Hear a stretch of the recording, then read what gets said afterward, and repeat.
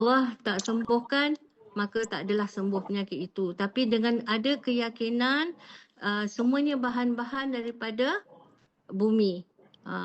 Ada 18 bahan, berteknologi Perancis, China dan Jepun.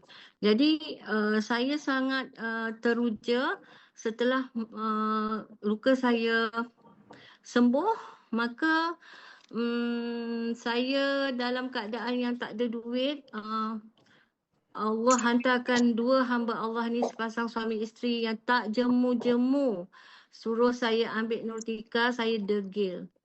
Kedegilan kita ini makan diri sendiri. Sebelum itu dia dah perkenalkan pun. Tapi saya tak ambil iktibar dan saya juga jenis yang tak jaga kesihatan. Saya agree benda tu dan saya nak bagi tahu pada sahabat kita kena jaga pemakanan. Dalam pada musibah itu, saya belajar kena jaga diri sendiri.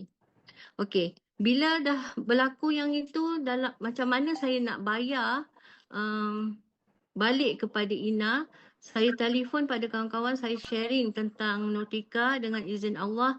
Diorang tengok luka tu makin kecil dan diorang kata tak ada bau Kak Su, sebab selalunya luka kencing manis ni dia berbau.